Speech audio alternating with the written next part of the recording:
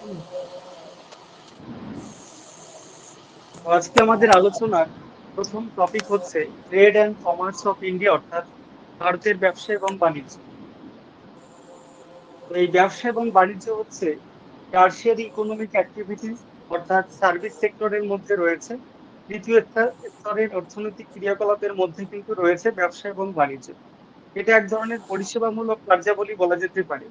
এবং এই tertiary economic activities এর সঙ্গে যুক্ত যে সমস্ত কর্মীরা থাকেন তাদেরকে পিঙ্ক কলার ওয়ার্কার বা গোলাপি পোশাকের শ্রমিক বলা হয়। তো যাই হোক, আমরা এই ব্যবসা বাণিজ্য সম্পর্কে আমরা আলোচনা করব। প্রথমে আমরা দেখে নেব যে এই যে ট্রেড বা বাণিজ্য, বাণিজ্য ব্যাপারটা মূলত দুই ধরনের হয়। একটা হচ্ছে ইন্টারনাল ট্রেড বা অভ্যন্তরীণ বাণিজ্য, আর একটা হচ্ছে ইন্টারন্যাশনাল ট্রেড বা আন্তর্জাতিক বাণিজ্য। সুতরাং এই দুই প্রকার বাণিজ্য আমরা দেখতে পাচ্ছি। ইন্টারনাল ট্রেড বা কোন একটা অভ্যন্তরীণ বাণিজ্য বলতে একই দেশের মধ্যে যখন পণ্যদ্রব্যের ক্রয় বিক্রয় ঘটে তখন সেটাকে আমরা ইন্টারনাল ট্রেড বা অভ্যন্তরীণ বাণিজ্য বলে থাকি। এবং যখন এই একটা দেশের সীমা ছাড়িয়ে যখন একটা দেশের সঙ্গে অন্য দেশের সঙ্গে কিন্তু যখন পণ্যদ্রব্য ক্রয় বিক্রয় চলে তখন সেটাকে আমরা ইন্টারন্যাশনাল ট্রেড বলে অভিহিত করে থাকি। তো যাই হোক, এই ইন্টারন্যাশনাল ট্রেড বা আহ, তোমার ইন্টারনাল ট্রেড, যে কোনো ট্রেডের ক্ষেত্রে কিন্তু এই বিষয়গুলো মূলত লক্ষ্য করা যায়। আমরা ইন্টারন্যাশনাল ট্রেডের এখানে ক্লাসিফাই করেছি, দেখো। ইন্টারন্যাশনাল, এটাকে আমরা এক্সটার্নাল ট্রেডও বলতে পারি বা ফরেন ট্রেডও বলতে পারি, অর্থাৎ আন্তর্জাতিক বাণিজ্য বা বহির্বাণিজ্য বা বৈদেশিক বাণিজ্য। তো যাই হোক, এটার মধ্যে আমরা তিনটে বিষয় আমরা দেখতে পাচ্ছি। এক হচ্ছে ইম্পোর্ট, ইম্পোর্ট অর্থাৎ আমদানি; এক্সপোর্ট অর্থাৎ রপ্তানি; এবং এক্সপোর্ট অর্থাৎ পুনঃরপ্তানি। এই তিনটে বিষয় আমরা দেখতে পাচ্ছি। এখানে দেখো, ভারতের ক্ষেত্রে যদি আমরা দেখি, ভারত অন্যান্য দেশ থেকে কিন্তু দেখা যাচ্ছে কিছু কিছু দ্রব্য রপ্তানি করে, আবার কিছু কিছু দ্রব্য অন্যান্য দেশ থেকে আমদানি করে, অন্য দেশে কিছু নিজেদের দেশে থাকা দ্রব্যগুলো রপ্তানি করে, আবার অন্য কোনো দেশ থেকে নিয়ে এসে সেটা আবার পুনঃরপ্তানি করে, এরকম উদাহরণও রয়েছে। তো যাই হোক, আমরা প্রথমে আমরা দেখে নেব যে ভারতবর্ষ আমদানি করার ক্ষেত্রে কতগুলো তথ্য আমরা জেনে রাখবো। ইম্পোর্ট করার ক্ষেত্রে ভারত সব থেকে বেশি আমদানি করে যে দেশ থেকে, সেটা হচ্ছে চীন দেশ। টোটাল যে ইম্পোর্ট তার 16%, অর্থাৎ 16% কিন্তু ভারত চীন দেশ থেকে আমদানি করে থাকে। এবং ভারতের আমদানি ক্ষেত্রে যদি আমরা দেখি, তাহলে আমরা দেখব ভারত বিশ্বে আমদানিতে 12তম স্থান অধিকার করে থাকে, এবং বিশ্বের যে মোট ইম্পোর্ট তার 2.2% কিন্তু ভারতবর্ষ আমদানি করে থাকে। আর ভারত যে সমস্ত দেশগুলো থেকে আমদানি করে, তো সেগুলোর মধ্যে বিভিন্ন দেশই রয়েছে। তো এই দেশগুলো থেকে বিভিন্ন দ্রব্যগুলো ভারত আমদানি করে থাকে, যেমন আমেরিকা যুক্তরাষ্ট্র থেকে খনিজ তেল আমদানি করে থাকে। তারপরে আরব আমির শাহী থেকে ঔষধপত্র, চীন দেশ থেকে বৈদ্যুতিক যন্ত্রপাতি, তারপরে সিঙ্গাপুর থেকে প্লাস্টিক, এই সমস্ত বিষয়গুলো কিন্তু আমদানি করে থাকে। তো বিভিন্ন বাণিজ্যের ক্ষেত্রে এই বিষয়গুলো রয়েছে। চীন দেশ থেকে সার, চিকিৎসা সরঞ্জাম, হংকং থেকে এই বিষয়গুলো কিন্তু ভারত আমদানি বাণিজ্যে মূলত অংশগ্রহণ করে থাকে। তো এবারে যদি আমরা রপ্তানি বাণিজ্যের ক্ষেত্রে আমরা দেখি, তাহলে আমরা দেখব যে ভারত কিন্তু রপ্তানি বাণিজ্যের ক্ষেত্রে ভারত বিশ্বের ক্ষেত্রে 18তম স্থান অধিকার করে থাকে। সারা বিশ্বের যে টোটাল এক্সপোর্ট তার 1.7% কিন্তু ভারত থেকে রপ্তানি হয়, ভারত থেকে বিভিন্ন দেশে রপ্তানি হয়। এবং ভারত সবচেয়ে বেশি রপ্তানি করে আমেরিকা যুক্তরাষ্ট্রে। এটা 2022 সালের তথ্য অনুসারে বলা হয়েছে যে ভারত সব থেকে বেশি রপ্তানি করে আমেরিকা যুক্তরাষ্ট্রে। এবং হ্যাঁ, ভারত আহ, তার রপ্তানিকারক দ্রব্যগুলির মধ্যে ভারত নিজের দেশ থেকে পরিশোধিত খনিজ তেল, তেলজাত সামগ্রী, তারপরে চা, কফি, চিনি, পাটজাত দ্রব্য, সুতি বস্ত্র, মূল্যবান ধাতু, এই সমস্ত দ্রব্যগুলো কিন্তু ভারত বিভিন্ন দেশগুলোতে রপ্তানি করে। বিভিন্ন দেশগুলো যেমন চীন, তারপরে আরব আমিরশাহী, সৌদি আরব, আমেরিকা যুক্তরাষ্ট্র, সুইজারল্যান্ড, ইরান, ইরাক, কাতার, কুয়েত, জার্মান, ইন্দোনেশিয়া, এই সমস্ত দেশগুলোতে কিন্তু ভারত মূলত এক্সপোর্ট বা রপ্তানি করে থাকে। তো যাই হোক, আমরা ইম্পোর্ট এক্সপোর্টের বিষয়গুলো আমরা দেখে নিলাম। তো এবারে তোমরা জেনে রাখো, ভারত কিন্তু বিশ্ব বাণিজ্যে উদারনীতি গ্রহণ করেছিল, যেটা 1995-এ। তো আমাদের ভারতবর্ষের যে ব্যবসা বাণিজ্য এই সংক্রান্ত অনেক তথ্য আমরা জেনে নেব। এক এক করে আমরা বিষয়টা আলোচনার গভীরে যাব। প্রথমে আমরা দেখো গ্যাট যে বিষয়টা রয়েছে, গ্যাট হচ্ছে একটা চুক্তি, এই বিষয়টা নিয়ে আমরা আলোচনা করবো। দেখো, এটার ফুল ফর্ম হচ্ছে general agreement on tariffs and trade, যেটার বাংলা করলে দাঁড়াচ্ছে তোমার বিভিন্ন শুল্ক বাণিজ্যের ক্ষেত্রে একটা সাধারণ একটা চুক্তি বলা যেতে পারে, একটা জেনারেল এগ্রিমেন্ট হয়েছিল ট্যারিফস এবং ট্রেডের বিষয়। তো এটা আন্তর্জাতিক ক্ষেত্রে একটা গুরুত্বপূর্ণ চুক্তি বলা যেতে পারে। এবং এই গ্যাট চুক্তি মূলত 1947 সালে 23খানা দেশ মিলে এই গ্যাট চুক্তি স্বাক্ষরিত করেছিল। এবং ভারতবর্ষ 1948 সালে, যখন 47 সালে প্রথম গ্যাট চুক্তি স্বাক্ষরিত করে যখন বিভিন্ন দেশগুলো, তখন তার পরবর্তী বছরে 1948-এ কিন্তু ভারতবর্ষ গ্যাট এর একটা সদস্য দেশ হিসাবে অংশগ্রহণ করে। তো গ্যাটের যে উত্তরাধিকারী সংগঠন সেটা হচ্ছে তোমার WTO, অর্থাৎ ওয়ার্ল্ড ট্রেড অর্গানাইজেশন, যেটা 1995-এ কিন্তু এটা গঠিত হয়। কেউ একজন আনমিউট করে আছো, একটুখানি কাইন্ডলি মিউট করবে, তাহলে একটু অসুবিধা হচ্ছে তোমার অনেকে শুনতে। মৌপ্রিয়া, তুমি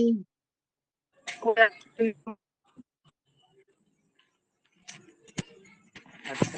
তো দেখো, আমরা যেটা বলছিলাম যে গ্যাট পরবর্তী ক্ষেত্রে এই সংগঠনটা WTO তে কনভার্ট হয়ে যায়, যেটাকে আমরা বলছি ওয়ার্ল্ড ট্রেড অর্গানাইজেশন, যেটা 1995-এ কিন্তু এটা প্রতিষ্ঠা হয়েছিল। এবং ভারত কিন্তু এর একটা সদস্য রাষ্ট্র বলা যেতে পারে। বর্তমানে WTO-র যে সদস্য সংখ্যা, সেই সদস্য সংখ্যা হচ্ছে প্রায় 164টা দেশ রয়েছে। ভারতবর্ষ সহ কিন্তু টোটাল 164খানা হচ্ছে দেশ রয়েছে এই WTO এর মধ্যে অন্তর্ভুক্ত দেশ। এই WTO-র যে সদর দপ্তর, হেডকোয়ার্টার, সেটা হচ্ছে সুইজারল্যান্ডের জেনিভাতে রয়েছে।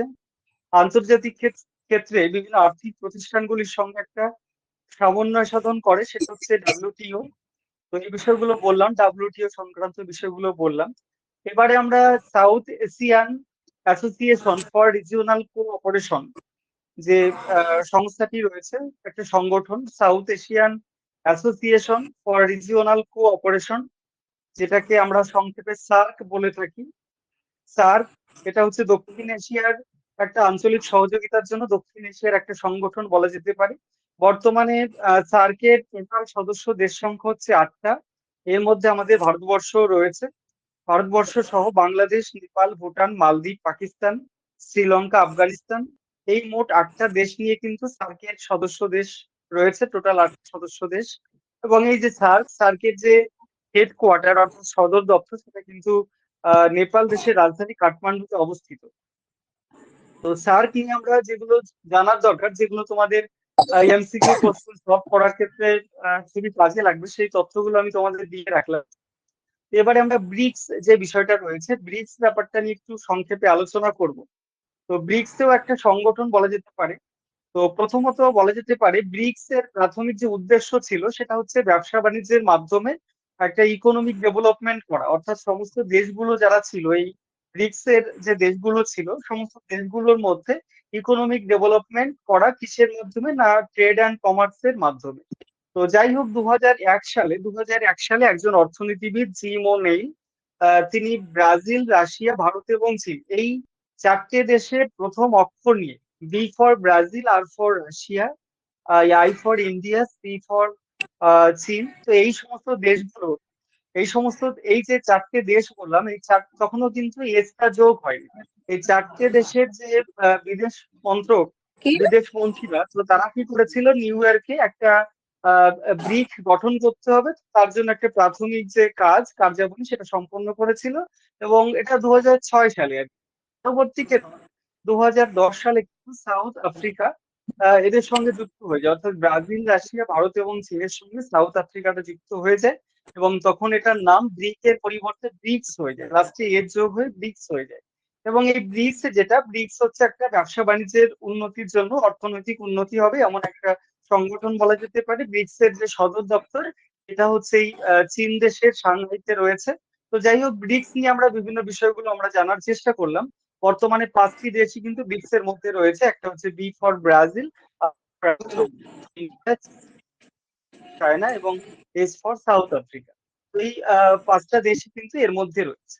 এবারে আমরা দেখো যে বিষয়টা আলোচনা করব সেটা হচ্ছে তো ই কমার্স ব্যাপারটা কি? ই কমার্সটা হচ্ছে অনলাইনে যখন পণ্যদ্রব্য আমরা কেনা বেচা করে থাকি সেটাকেই বলা হচ্ছে মূলত ই কমার্স। এক কথায় অনলাইনে বা ইন্টারনেটের মাধ্যমে পণ্যদ্রব্যের কেনা বেচা করাকে সেটাকেই ই কমার্স বলা হয়ে থাকে। তো যাই হোক, তোমরা সবাই ঠিকঠাক শুনতে পাচ্ছ তো? দেখতে কোনো প্রবলেম হচ্ছে কি? তাহলে একটু জানাবে আমাকে, তাহলে খুবই সুবিধা হয়। মৌপ্রিয়া অনেকক্ষণ থেকে আনমিউট করে আছে, একটুখানি মিউট করবে তাহলে সবারই হয়তো।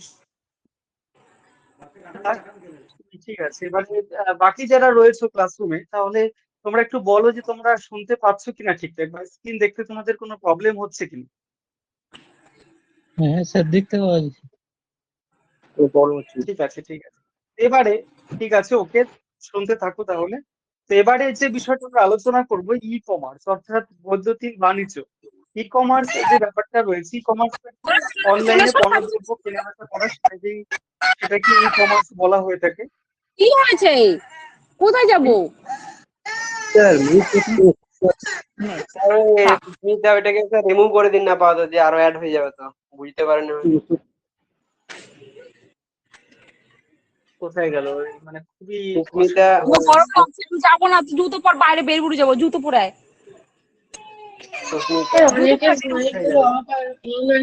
অফ করতে বলুন না। আনমিউট কে করে আছে? আনমিউট কে করে আছে? এই যে একটু কাইন্ডলি মিউট করো। সুস্মিতা, এই সুস্মিতা। আছে স্যার। সুস্মিতা, তাই তো? এই যে সুস্মিতা। হ্যাঁ স্যার, রিমুভ করে দিন না, আরো সুস্মিতা অ্যাড হয়ে যাবে তখন। সুস্মিতা শুনতে পাচ্ছ? শুনতে দর্শরথ বলে কি আছে, ওটাও অন আছে, অফ করে দিন না। কোথায় গেল সে সুস্মিতা? করে দিয়েছে, সুস্মিতা আনমিউট ঠিক করে আছে, রিমুভ দিয়েছে। হয়ে গেছে মনে হয়। আনমিউট করে নিয়েছে, আচ্ছা আচ্ছা, ঠিক আছে। তো দেখো, যেটা বলছিলাম, ই কমার্স বিষয়টা নিয়ে আলোচনায় ছিলাম। তো ই কমার্স তো অনলাইনে পণ্যদ্রব্যের কেনা বেচা করে, সেটাকে ই কমার্স বলা হয়। E commerce or electronic commerce is the buying and selling of goods and service over the internet. ইন্টারনেটের মাধ্যমে কিন্তু বিভিন্ন গুডস এবং সার্ভিস, পণ্য এবং পরিষেবাগুলো কিন্তু বাই এবং সেল করা হচ্ছে। তো ই কমার্সের যদি টাইপস গুলো আমরা দেখি তাহলে ই কমার্সটা মূলত 6টা ভাগে বিভক্ত। একটা হচ্ছে বিজনেস টু কনজিউমার, অর্থাৎ কোনো ব্যবসায়ী যদি ডাইরেক্ট কনজিউমার বা উপভোক্তাকে যখন পণ্যদ্রব্য বা পরিষেবা ক্রয় করে তখন সেটাকে আমরা বলছি বিজনেস টু কনজিউমার অর্থাৎ B2C। তারপরে যেটা বিজনেস টু বিজনেস, কোন একটা ব্যবসায়ী, ধরো পাইকারি ব্যবসায়ী কোনো খুচরা ব্যবসায়ীকে ধরো কোনো একটা জিনিস বিক্রয় করলো, সেটা কিন্তু B2B এর মধ্যে চলে যাবে। তারপরে কনজিউমার টু কনজিউমার অর্থাৎ C2C। যেমন ধরো ওএলএক্স এর মাধ্যমে কোনো একটা পণ্যদ্রব্য একজনের মাধ্যমে কোনো একটা ব্যবসায়ীর মাধ্যমে কেনা হয়েছিল, পরবর্তী ক্ষেত্রে সে ওএলএক্স এর মাধ্যমে সেই পণ্যটা বিক্রি করতে যায়, সেক্ষেত্রে কিন্তু কনজিউমার টু কনজিউমার ব্যাপারটা হয়ে যাবে। তারপরে দেখো কনজিউমার টু বিজনেস, এখানে কোনো একটা কনজিউমার সে কিন্তু ডাইরেক্ট ব্যবসায়ীকে কোনো পণ্য মানে আহ, আহ, পণ্য কিন্তু মানে সে বিক্রয় করতে পারে। যেমন ধরো আহ, কোনো একটা কোনো একটা সোশ্যাল মিডিয়ার মাধ্যমে বা ইউটিউবের মাধ্যমে কোন একটা বিষয় সম্পর্কে অ্যাডভার্টিজমেন্ট দেওয়া হচ্ছে এবং সেটার মাধ্যমে কিন্তু দেখা যাচ্ছে যে আহ, এটার মাধ্যমে একটা বিজনেস চলা যেতে পারে, এইভাবে হতে পারে। তারপরে বিজনেস টু গভর্নমেন্ট, অর্থাৎ বিজনেস এখানে ব্যবসায়ীর মাধ্যমে গভর্নমেন্টের একটা সংযোগ লক্ষ্য করা যায়। যেমন ধরো কোনো জায়গায় একটা রোড কনস্ট্রাকশন করতে হবে, সেক্ষেত্রে ধরো কোনো রাস্তার যে কন্ট্রাক্টর হয় তারা কিন্তু সরকারের মাধ্যমে এই বিজনেসটা করতে পারে বা এই কমার্সটা করতে পারে সরকারের মারফত। এটা কিন্তু বিজনেস টু গভর্নমেন্ট। তারপরে গভর্নমেন্ট টু বিজনেস, এখানে সরকার কোন একটা ব্যবসায়ীকে কোন একটা সম্পর্কে কোন একটা বিষয় সম্পর্কে কোন একটা ব্যবসায়ীকে বা বিজনেসকে সহায়তা নিতে পারে কোনো কিছু করার জন্য। তো এটাই হচ্ছে ই কমার্সের বিভিন্ন টাইপস গুলো আমরা দেখে নিলাম। তো ভারতবর্ষে বিভিন্ন ই কমার্সের বিভিন্ন কোম্পানি গুলো রয়েছে। তো তোমরা জেনে রাখো যে ভারতবর্ষে যে সমস্ত ই কমার্সের কোম্পানি গুলো রয়েছে, তো সেগুলোর মধ্যে বর্তমান তথ্য অনুসারে বলা যেতে পারে বৃহত্তম ই কমার্স কোম্পানি হচ্ছে অ্যামাজন ই কমার্স কোম্পানি। ভারতবর্ষের যে অ্যামাজন, সেটাই হচ্ছে সব থেকে বৃহত্তম বলা যেতে পারে ই কমার্স কোম্পানি, এবং দ্বিতীয় স্থানে ই কমার্স কোম্পানিগুলোর মধ্যে দ্বিতীয় স্থানে রয়েছে Flipkart e commerce service provider ইন্ডিয়ার, যেটা ই কমার্স ফ্লিপকার্ট 2007 সালে প্রতিষ্ঠা হয়েছিল। এবং আহ, আরেকটা যেটা রয়েছে থার্ড পজিশনে যেটা রয়েছে সেটা হচ্ছে মন্ত্র। মন্ত্রা এটা হচ্ছে ই কমার্স একটা মার্কেট প্লেস, যেখানে বিভিন্ন শপিং করা যেতে পারে বিভিন্ন একটা অনলাইনের মাধ্যমে। তারপরে যে বিষয়টা আমরা আলোচনা করব, দেখো, এক্সপোর্ট প্রসেসিং জোন, যেটাকে আমরা সংক্ষেপে বলছি ইপিজেড। ইপিজেড বিষয়টা আলোচনা করবে, export processing zone. Export processing zone কাকে বলে? এটা ভারত সরকারের দ্বারা পরিকাঠামোগত উন্নয়নের জন্য, মানে ইনফ্রাস্ট্রাকচারাল ডেভেলপমেন্টের জন্য বিভিন্ন শিল্প ক্ষেত্রে কর ছাড় দিয়ে মূলত ইপিজেড গড়ে তোলা হয়, অর্থাৎ এক্সপোর্ট প্রসেসিং জোন গড়ে তোলা হয়, যেটাকে বাংলা করলে দাঁড়াচ্ছে রপ্তানিকারক রপ্তানি প্রক্রিয়াকারক অঞ্চল আর কি। বিভিন্ন রপ্তানিজাত পণ্যের উৎপাদনের বিকাশ নিশ্চিত করার জন্য মূলত সামগ্রিক দেশের যে অর্থনৈতিক উন্নয়ন সেটাকে ত্বরান্বিত করার জন্য এই ইপিসি গড়ে তোলা হয়। তো যাই হোক, এই যে ইপিজেড যে ব্যাপারটা রয়েছে ভারতের ক্ষেত্রে, আহ, অনেকগুলো ইপিজেড গড়ে তোলা হয়েছিল। Export processing zone in India যদি আমরা দেখি, তাহলে ভারতের ক্ষেত্রে কিন্তু অনেকগুলো ইপিজেড গড়ে তোলা হয়েছিল। যেমন প্রথম স্থাপিত যে ইপিজেড সেটা হচ্ছে গুজরাটের কান্ডালাতে গড়ে উঠেছিল, এবং পরবর্তী ক্ষেত্রে মহারাষ্ট্রের সান্তাক্রুজ, তারপরে কেরলের কোচিন, তামিলনাড়ুর চেন্নাই, অন্ধ্রপ্রদেশের বিশাখাপত্তনম, পশ্চিমবঙ্গের ফলতা, উত্তরপ্রদেশের নয়ডা, গুজরাটের সুরাট, এই সমস্ত জায়গাগুলোতে ইপিজেড গড়ে তোলা হয়েছিল, এবং পরবর্তী ক্ষেত্রে ইপিজেড গুলোতে সেজে কনভার্ট বা রূপান্তরিত করা হয়। তো এই স্পেশাল ইকোনমিক জোন বা সেজ ব্যাপারটাকে আমাদের একটু বুঝে নিতে হবে। Designated area in a country that is subject to more favourable economic regulation. এখানে বিভিন্ন অর্থনৈতিক দিক থেকে সুবিধা প্রদান করা হয় এমন একটা নির্দিষ্ট শুল্কমুক্ত ভৌগোলিক অঞ্চলকে বোঝাচ্ছে সেজ বলতে, যেখানকার অর্থনৈতিক যে আইনগুলো বা বিধিনিষেধ গুলো রয়েছে, যেগুলো দেশের অভ্যন্তরীণ, দেশের আরো যে জায়গাগুলো রয়েছে সেখানকার অর্থনৈতিক বিধিনিষেধ থেকে অনেকটাই বেশি উদারকরণ নীতি রয়েছে। এবং বলা যেতে পারে এখানে স্টেজে যদি তুমি শিল্প স্থাপন করো বা শিল্প উদ্যোগী নাও, তাহলে দেখা যাবে যে অন্যান্য স্থানের তুলনায় কিন্তু অনেক অ্যাডভান্টেজ গুলো পাওয়া যাবে এই স্টেজ এরিয়ার মধ্যে। তো যাই হোক, এই স্টেজের যে নীতিটা, স্পেশাল ইকোনমিক জোনের যে পলিসিটা, সেখানে দেখা যাচ্ছে যে অতিরিক্ত অর্থনৈতিক সমৃদ্ধির একটা ব্যাপার রয়েছে, দেশীয় বিদেশি বিনিয়োগ বাড়ানোর চেষ্টা করা হয়েছে, দ্রব্য পরিষেবা রপ্তানি বৃদ্ধি করা হয়েছে, পরিকাঠামোগত উন্নয়ন করা হয়েছে, এবং সর্বোপরি কর্মসংস্থানের সুযোগ সৃষ্টি করা হয়েছে। আমরা ভারতবর্ষের ক্ষেত্রে যে সেচ গুলো দেখি, ভারতে বর্তমানে 232টা সেচ থেকে কিন্তু রপ্তানি করা হয়। ভারতের বিভিন্ন রাজ্যেই কিন্তু সেচ গুলো রয়েছে, যেমন মহারাষ্ট্র, কেরালা, গুজরাটের মধ্যে কান্ডালা, সুরাট রয়েছে, তামিলনাড়ু চেন্নাই রয়েছে, তো ওয়েস্ট বেঙ্গলের ফলতা রয়েছে, উত্তরপ্রদেশের নয়ডা রয়েছে, অন্ধ্রপ্রদেশের বিশাখাপত্তনম রয়েছে। তো এই স্টেট গুলোর মধ্যে ভারতের যে বিভিন্ন স্টেট ওয়াইজ যদি আমরা দেখি, তাহলে ভারতবর্ষের তামিলনাড়ু রাজ্যে স্টেজের সংখ্যা কিন্তু সব থেকে বেশি। এটা মনে রাখবে, এমসিকিউ তে কাজে লাগবে।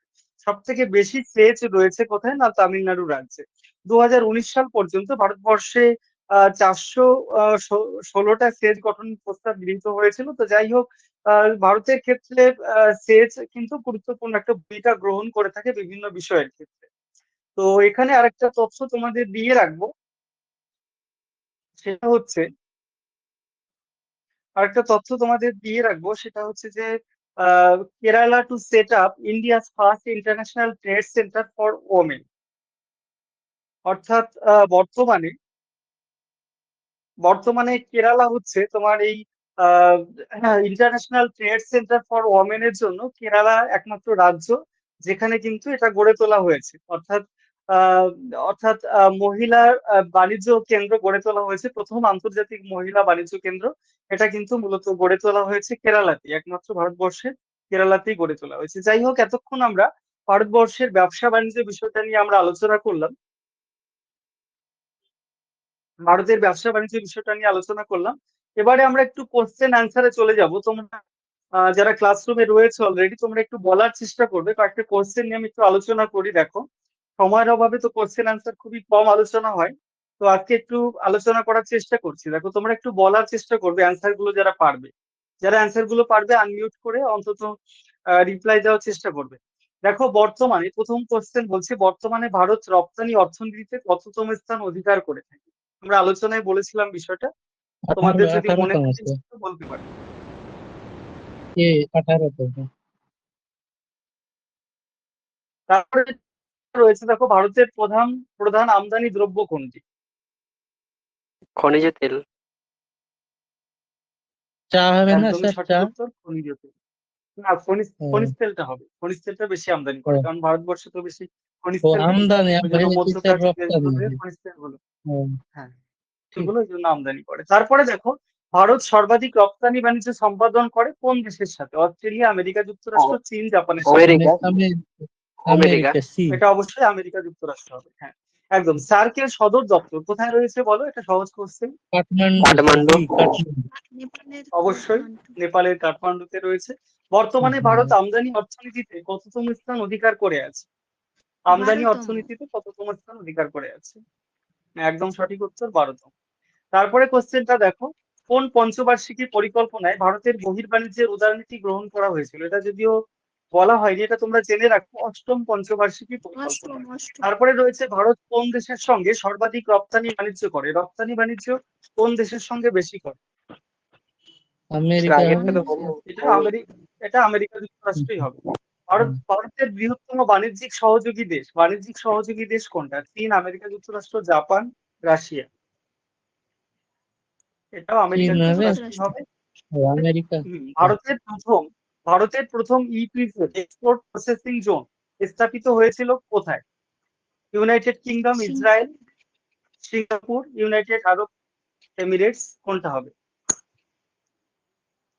সিঙ্গাপুরে। এটা এটা বলতে দেওয়া আছে এইটা, হ্যাঁ এটা মনে রাখবে, ইউএই অর্থাৎ হুম, ইউনাইটেড সংযুক্ত ইউনাইটেড আরব আরব আমিরশাহী। এমিরেটস অর্থাৎ হ্যাঁ সংযুক্ত আরব হুম, আমিরশাহী। তো তারপরে যেটা হুম। রয়েছে দেখো, ভারতবর্ষের বৃহত্তম প্রাচীনতম ব্যাংকিং প্রতিষ্ঠান? SBI, S, UBI, Axis bank, Punjab national bank. অবশ্যই কোনটা হবে বলো? SBI. Punjab national bank. SBI. না, এটাই হবে, বৃহত্তম ব্যাংকিং প্রতিষ্ঠান হচ্ছে ভারতবর্ষে এসবিআই।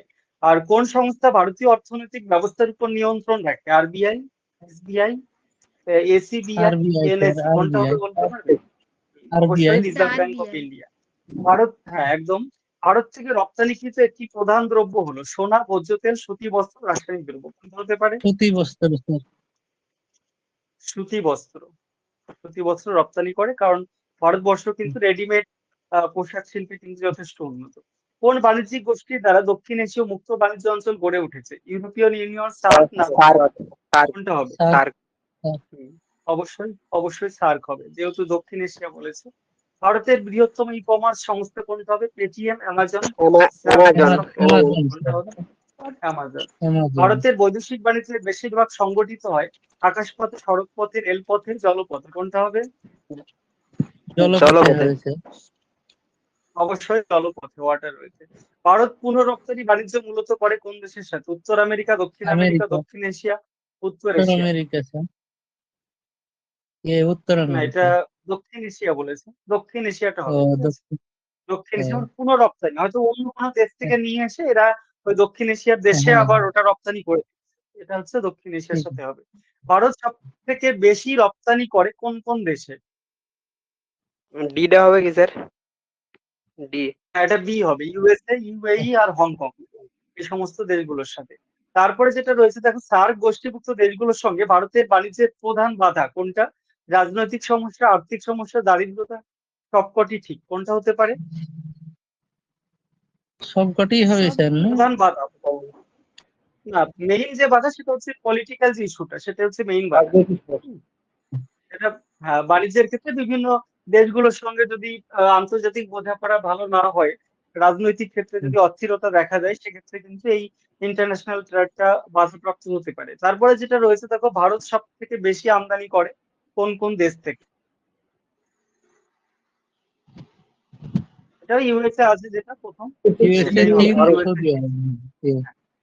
হ্যাঁ, তারপরে দেখো টাকার অঙ্কে ভারতের সর্ববৃহৎ রপ্তানি দ্রব্য কোনটি? টাকার অঙ্কে অর্থমূল্যে যদি আমরা দেখি, তাহলে সব থেকে বেশি রপ্তানি করা হয় কোন দ্রব্যটা? চা, সোনা, সুতি বস্ত্র, অশোধিত তেল ও পেট্রোলিয়ামজাত পণ্য। সুতি বস্ত্র হবে না স্যার? সুতি বস্ত্র, বিটা সুতি বস্ত্র। টাকার অঙ্কে দেখতে গেলে কিন্তু অশোধিত তেল যেগুলো হয়, ঠিক আছে, অশোধিত যে তেলগুলো এবং পেট্রোলিয়ামজাত যে সমস্ত পণ্যগুলো রয়েছে, টাকার অঙ্কে দেখতে গেলে এটাই বেশি রপ্তানি করা হয়। তো যাই হোক, এতক্ষণ আমরা ভারতের ব্যবসা বাণিজ্য নিয়ে আলোচনা করছিলাম। ভারতের ব্যবসা বাণিজ্য এবং বিভিন্ন এমসিকিউ কোশ্চেন গুলো একটু দেখে নেওয়ার চেষ্টা করলাম। আচ্ছা, তোমরা একটু একটুখানি ক্লাসটাকে অফ করবো, অফ করে নতুন করে আবার ক্লাস স্টার্ট করবো, যেহেতু আরেকটা টপিক হবে, আমি ইউটিউবে পার্ট পার্ট করে দেবো, তার জন্য ক্লাসটা একটু আমি করছি আর কি, অফ করছি সবার থেকে। একটুখানি সাথে থাকো, পরে